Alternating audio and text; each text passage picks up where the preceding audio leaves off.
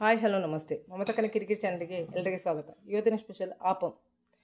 ಕ್ಯಾಟರ್ಸಲ್ಲಿ ಸಿಗುತ್ತಲ್ಲ ಅದೇ ರೀತಿ ಸಾಫ್ಟ್ ಆಪಮ್ ಹಾಗೂ ವೆಜಿಟೇಬಲ್ ಸ್ಟೂ. ಆಪಮ್ ಮಾಡಲಿಕ್ಕೆ ಮೊದಲಾಗಿ ನಾವು ತೆಂಗಿನಕಾಯಿ ಹೊಡೆದಿರ್ತೇವಲ್ಲ ಅದರ ಒಂದು ನೀರು ಎಷ್ಟು ನೀರು ಸಿಗ್ತದೆ ಅಷ್ಟು. ಇದರಲ್ಲಿ ನನಗೆ ಒಂದು 3/4 ಕಪ್ಪಿನಷ್ಟು ತೆಂಗಿನಕಾಯಿ ನೀರು ಸಿಕ್ಕಿದೆ. ಇದಕ್ಕೆ 1 ಸ್ಪೂನ್ ಸಕ್ಕರೆ ಹಾಕಿ ತೆಗೆದಿಟ್ಕೊಳ್ಳೋಣ. ಆಪಮ್ ಆಗಲು ಮಾಡುವಾಗ ಮೊದಲ ದಿನ ರಾತ್ರಿ ಅಕ್ಕಿಯನ್ನು ಕಡ್ದಿಡಬೇಕು. ಇದು ನಾವು ಎಷ್ಟೊತ್ತಿಗೆ ಕಡಿತೇವೆ ಅಲ್ಲಿವರೆಗೆ ಇದು ಇರಲಿ. ಇದು ಕಡಿಯುವಾಗ ನಾವು ಇದನ್ನು ಯೂಸ್ ಮಾಡ್ತೇವೆ. ನಂತರ ಇದರಲ್ಲಿ 1 ಕಪ್ ಬೆಳ್ತಿಗೆ ಅಕ್ಕಿ ತಗೊಂಡಿದ್ದೇನೆ. ದೋಸೆ ಅಕ್ಕಿ, ದೋಸೆಗೆ ಯಾವ ಅಕ್ಕಿ ಹಾಕ್ತೇವೆ, ನೀರು ದೋಸೆಗೆ ಅದೇ ಅಕ್ಕಿ ಅಂತ ತಗೊಂಡಿದ್ದೇನೆ. 1 ಕಪ್ ತೆಗೆದುಕೊಂಡಿದ್ದೇನೆ. ಚೆನ್ನಾಗಿ ತೊಳೆದು 2-3 ಸಲ ತೊಳೆದು ನೀರು ಹಾಕಿ ಇಟ್ಕೊಂಡಿದ್ದೇನೆ. ಇದೊಂದು 4-5 ಗಂಟೆಗಳ ಕಾಲ ನೆನಿಬೇಕು. ಮತ್ತೆ ರುಬ್ಬುವ. ಈಗ ನಮ್ಮ ಅಕ್ಕಿ ಚೆನ್ನಾಗಿ ನೆಂದಿದೆ. ಒಂದು 6 ಗಂಟೆ ಆಗಿದೆ. ಇದಕ್ಕೆ 1/4 ಕಪ್ಪಿಗಿಂತ ಸ್ವಲ್ಪ ಜಾಸ್ತಿ ಉಂಟು ಅನ್ನ ತಗೊಂಡಿದ್ದೇನೆ. ಯಾವುದು ಅಕ್ಕಿ ನೀವು ಊಟ ಮಾಡ್ತೀರಿ ಅದು ಅನ್ನ 1/4 ಕಪ್, ಹಾಗೂ ಅಕ್ಕಿ ಹಾಕಿದ ಅದೇ ಕಪ್ಪಲ್ಲಿ 1/2 ಕಪ್ ತೆಂಗಿನ ತುರಿ. ಇದನ್ನೊಂದು ಮಿಕ್ಸಿ ಜಾರಿಗೆ ಹಾಕಿಕೊಳ್ಳೋಣ. ಇಷ್ಟನ್ನು ಮಿಕ್ಸ್ ಮಾಡಿ ಒಂದು ಮಿಕ್ಸಿ ಜಾರಿಗೆ ಹಾಕಿಕೊಳ್ತಾ ಇದ್ದೇನೆ. ಅಕ್ಕಿಯನ್ನು ಚೆನ್ನಾಗಿ ತೊಳೆದು ತೆಗೆದಿದ್ದೇನೆ. 2-3 ಸಲ ತೊಳೆದು ತೆಗೆದಿದ್ದೇನೆ. ಇದಕ್ಕೆ ಈಸ್ಟ್ ಸೋಡಾ ಎಂತ ಸಾಕುವುದಿಲ್ಲ. ನಾವು ತೆಗೆದಿಟ್ಟಂಥ ತೆಂಗಿನ ನೀರು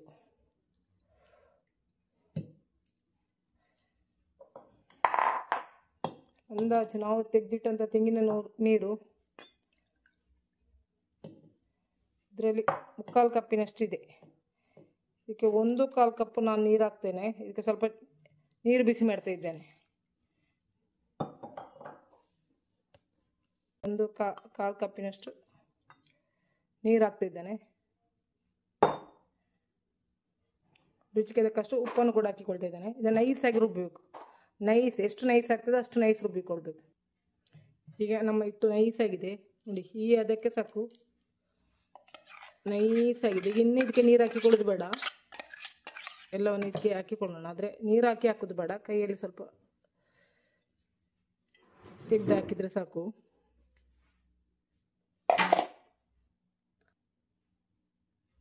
ಹಿಟ್ಟನಿಗೆ ಚೆನ್ನಾಗಿ ಮಿಕ್ಸ್ ಮಾಡಿಕೊಳ್ಬೇಕು.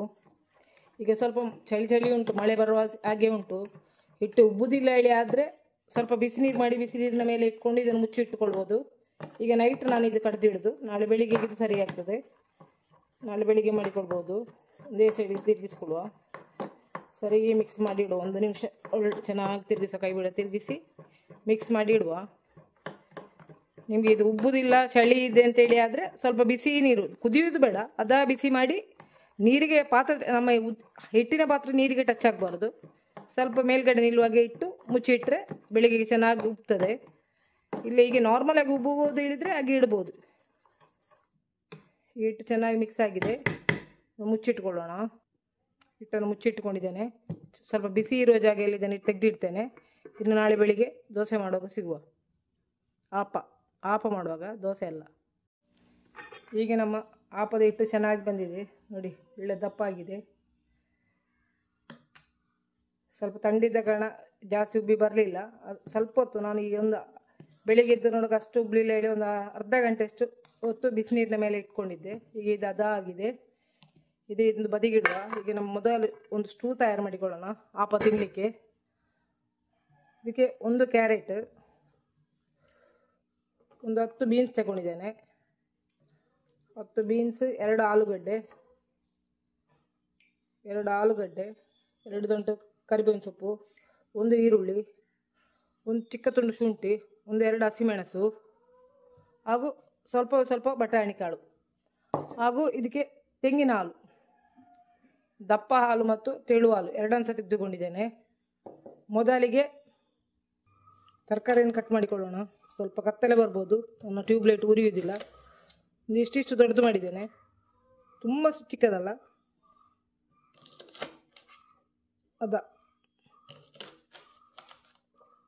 ಸಾಂಬಾರಿಗೆ ಕಟ್ ಮಾಡ್ತೇವಲ್ಲ ಅಷ್ಟು ದೊಡ್ಡದಾಗಿ ಕಟ್ ಮಾಡಿಕೊಳ್ಳೋದು. ಬೀನ್ಸ್, ಆಲೂಗಡ್ಡೆ ಹಾಗೂ ಕ್ಯಾರೆಟ್ ಇದನ್ನು ಕಟ್ ಮಾಡಿಕೊಳ್ಳೋಣ.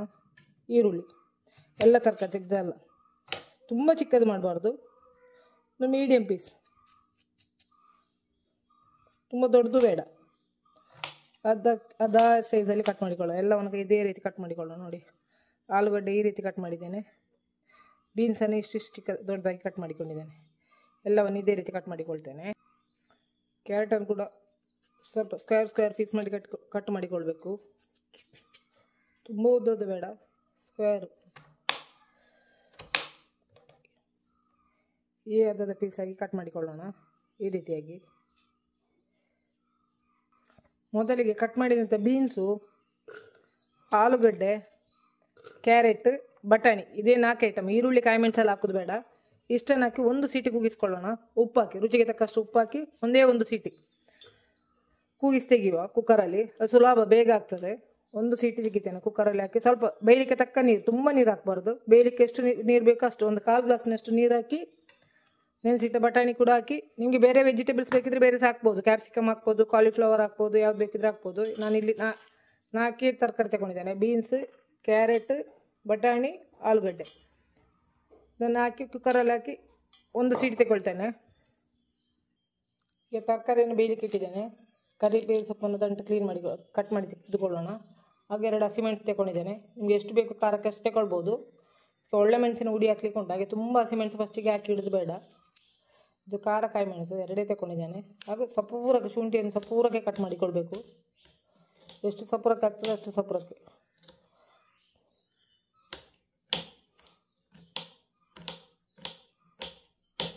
ಇಷ್ಟು ಶುಂಠಿ ತೆಗೆದಿದ್ದೇನೆ. ಹಾಗೂ ಒಂದು ಈರುಳ್ಳಿ ಉದ್ದುದ್ದಕ್ಕೆ ಕಟ್ ಮಾಡ್ಬೋದು.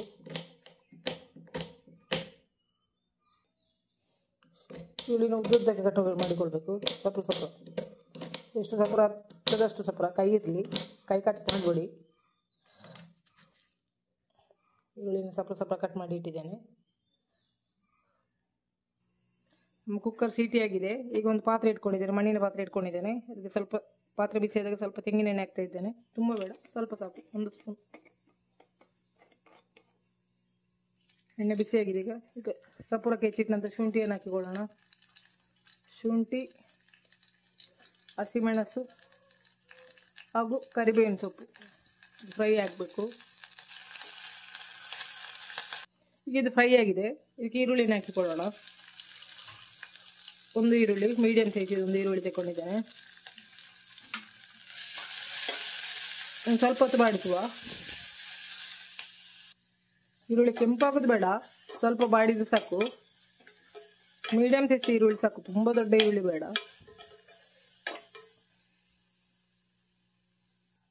ನಮ್ಮ ಈರುಳ್ಳಿ ಸ್ವಲ್ಪ ಫ್ರೈ ಆಗಿದೆ, ಸಾಕು. ಈಗ ಬೇಯಿಸಿಟ್ಟಂಥ ತರಕಾರಿಯನ್ನು ಹಾಕಿಕೊಳ್ಳೋಣ. ತರಕಾರಿ ಬೆಂದಿದೆ.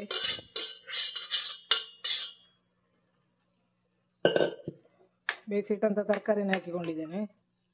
ಈಗ ನಾವು ಇದಕ್ಕೆ ಸೆಕೆಂಡ್ ಹಾಲನ್ನು ಹಾಕುವ. ಫಸ್ಟ್ ಹಾಲಲ್ಲ, ಸೆಕೆಂಡ್ ಹಾಲನ್ನು ಹಾಕುವ. ಇದರೊಟ್ಟಿಗೆ ಚೆನ್ನಾಗಿ ಕುದಿಬೇಕು. ಇದು ಸೆಕೆಂಡ್ ಹಾಲು ಹಾಕಿ ನೋಡ್ಕೊಳ್ಳಿ, ನೀರು ನೋಡಿ ಅಡ್ಜಸ್ಟ್ ಮಾಡಿ. ತುಂಬ ನೀರಾದರೂ ಒಳ್ಳೆ ಆಗೋದಿಲ್ಲ. ಸೆಕೆಂಡ್ ಹಾಲನ್ನು ಹಾಕಿ ಚೆನ್ನಾಗಿ ಇದು ಕುದಿಬೇಕು. ಈ ಸಂದರ್ಭದಲ್ಲಿ ಉಪ್ಪು ನೋಡಿಕೊಳ್ಬೋದು, ಉಪ್ಪು ಯಾವ ರೀತಿ ಇದೆ ಹೇಳಿ. ಹೀಗೆ ನಾನು ಇದಕ್ಕೆ ಒಳ್ಳೆ ಮೆಣಸಿನ ಹುಡಿಯನ್ನು ಹಾಕಿಕೊಳ್ತಾ ಇದ್ದೇನೆ.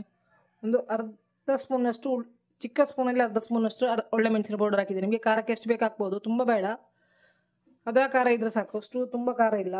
ಅದೇ ಕಾರಣ ಚಿಕ್ಕ ಸ್ಪೂನಲ್ಲಿ, ದೊಡ್ಡ ಸ್ಪೂನ್ ಅಲ್ಲ, ಚಿಕ್ಕದು ಒಳ್ಳೆ ಮೆಣಸಿನ ಹುಡಿಯನ್ನು ಹಾಕಿಕೊಂಡಿದ್ದೇನೆ. ಕುದಿಬೇಕು. ಈಗ ಒಂದು 2 ನಿಮಿಷ ಇದು ಚೆನ್ನಾಗಿ ಕುದ್ದಿದೆ. ಈಗ ನಮ್ಮ ದಪ್ಪ ಹಾಲನ್ನು ಹಾಕಿಕೊಳ್ಳೋಣ. ನಾವು ತೆಗೆದಿರಿಸಿದಂಥ ಫಸ್ಟ್ ಹಾಲು ಇದನ್ನು ಹಾಕಿಕೊಳ್ತಾ ಇದ್ದೇನೆ. ಇದು ಹಾಕಿ ತುಂಬ ಕುದಿಯೋದು ಬೇಡ, ಜಸ್ಟ್ ಬಿಸಿ ಆದರೆ ಸಾಕು.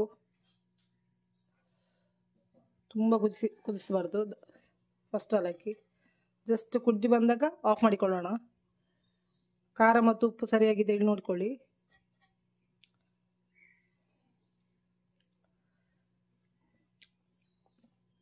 ಸ್ವಲ್ಪ ಉಪ್ಪು ಕಮ್ಮಿ ಇದೆ, ಹಾಕಿಕೊಳ್ತೇನೆ.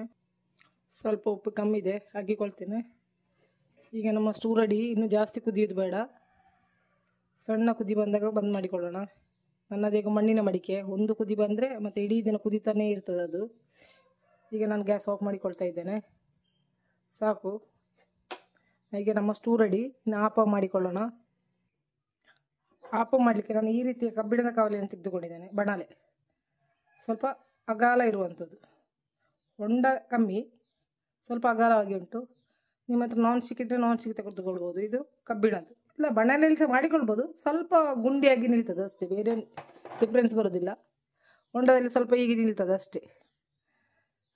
ಬಣಲೆ ಬಿಸಿಯಾಗಲಿ. ಈಗ ನಮ್ಮ ಕಾವಲಿ ಬಿಸಿಯಾಗಿದೆ, ಬಣಲೆ. ಅದಕ್ಕೆ ಸ್ವಲ್ಪ ಎಣ್ಣೆ ತೆಗಿಸ್ಕೊಳ್ತಿದ್ದೇನೆ. ಯಾವ ಎಣ್ಣೆ ಬೇಕಿ ತೆಗಿಸ್ಬೋದು. ನಾನು ತೆಂಗಿನ ಎಣ್ಣೆ ತೆಗಿಸ್ತಾ ಇದ್ದೇನೆ. ಸ್ವಲ್ಪ ಸಾಕು, ತುಂಬ ತೆಗಿಸ್ಬೇಕಾಗಿಲ್ಲ. ಈಗ ಬೆಂಕಿ ಸ್ವಲ್ಪ ಸಣ್ಣದು ಮಾಡಬೇಕು.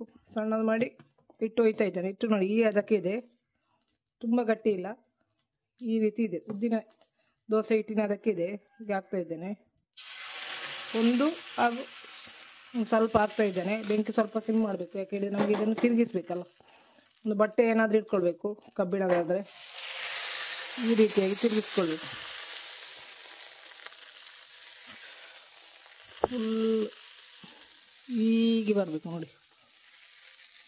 ಬಂದಿದೆ, ಮುಚ್ಚಿಕೊಳ್ಳೋಣ. ತುಂಬ ಹೊತ್ತು ಕಾಯಬೇಕಾಗಿಲ್ಲ, ಸ್ವಲ್ಪ ಹೊತ್ತು. ಈಗ ಬೆಂಕಿ ದೊಡ್ಡದು ಮಾಡ್ತಾ ಇದ್ದೇನೆ. ಈಗ ನಮ್ಮ ಆಪ ಫ್ರೈ ಆಗಿದೆ. ನೋಡುವ, ತೆಗೆದು ನೋಡುವ. ನೋಡಿ, ಒಳ್ಳೆ ರೀತಿಯಲ್ಲಿ ಎದ್ದು ಬರ್ತಾ ಉಂಟು. ಎಲ್ಲ ತೆಗೆದುಕೊಡುವುದು ನೋಡಿ. ಅಪ್ಪ ಯಾವ ರೀತಿ ಬಂದಿದೆ ನೋಡಿ, ಸಾಫ್ಟ್ ಸಾಫ್ಟ್ ಕಣ್ಣು ಬಿದ್ದಿದೆ. ಇನ್ನೊಂದು ಕೂಡ ಮಾಡಿಕೊಡ್ತೇನೆ ಇದೇ ರೀತಿ. ಸ್ವಲ್ಪ ಎಣ್ಣೆ ತೆಗಿಸ್ತೇನೆ, ತುಂಬ ಇಲ್ಲ, ಸ್ವಲ್ಪವೇ ಸ್ವಲ್ಪ. ಬೆಂಕಿ ಸಿಮ್ ಮಾಡಿದ್ದೇನೆ. ಹಿಟ್ಟನ್ನು ಒಳ್ಳೆ ಕಲಸಿ ಒಯ್ತೇನೆ. ಒಂದು ಹಾಗೂ ಒಂದು ಸ್ವಲ್ಪ. ದೊಡ್ಡ ಸೌಟು ತೆಗೆದ್ರೆ ಒಂದೇ ಸೌಟು ಒಯ್ದರೆ ಸಾಕು. ಸಣ್ಣ ತೆಗೆದ್ರೆ ಇಷ್ಟು. ಬೆಂಕಿ ಇದೇ ರೀತಿ ನೋಡಿ.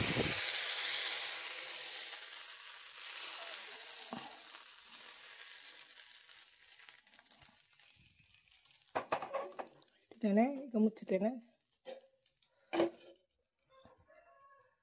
ನಮ್ಮಪ್ಪ ರೆಡಿಯಾಗಿದೆ. ಇದು ಎದ್ದು ಬರುವಾಗೆ ಉಂಟು ನೋಡಿ. ಬೀಳ್ತಾ ಉಂಟು, ಎದ್ದು ಬರ್ತಾ ಉಂಟು. ಚಂದ ಮಾಡಿ ತೆಗೆಯೋದು, ಕೈಯಲ್ಲಿ ತೆಗೆದಿದೆ ನೋಡಿ. ನಂದು ಕೂಡ ಮಾಡ್ತೇನೆ. 2 ದೋಸೆ ಕೂಡ ರೆಡಿ ನೋಡಿ. ಜಸ್ಟ್ ಹೀಗೆ ಮುಟ್ಟಿ ಸಾಕು, ಹೇಳ್ತದೆ, ಎಲ್ಲ ಎದ್ದು ಬರ್ತದೆ, ಚೆಂದಾಗಿ ಎದ್ದು ಬರ್ತದೆ ನೋಡಿ. ಬರ್ತಾ ಉಂಟು, ಯಾವ ರೀತಿ ಬರ್ತಾ ಉಂಟು ನೋಡಿ. ಕೈಯಲ್ಲೇ ತೆಗೆದೆ, ಎಷ್ಟು ಸಾಫ್ಟ್ ಆಗಿದೆ ನೋಡಿ, ಯಾವ ರೀತಿ ಬಂದಿದೆ. ಒಳ್ಳೆ ಕ್ಯಾಟ್ರಸ್ನವ್ರು ಮಾಡೋದಕ್ಕಿಂತ ಚೆಂದಾಗಿ, ಯಾವುದೇ ಎಷ್ಟಿಲ್ಲ, ಕೆಮಿಕಲ್ ಇಲ್ಲ, ಚೆಂದಾಗಿ ಮಾಡಿಕೊಳ್ಬೋದು ಆಪಮ್.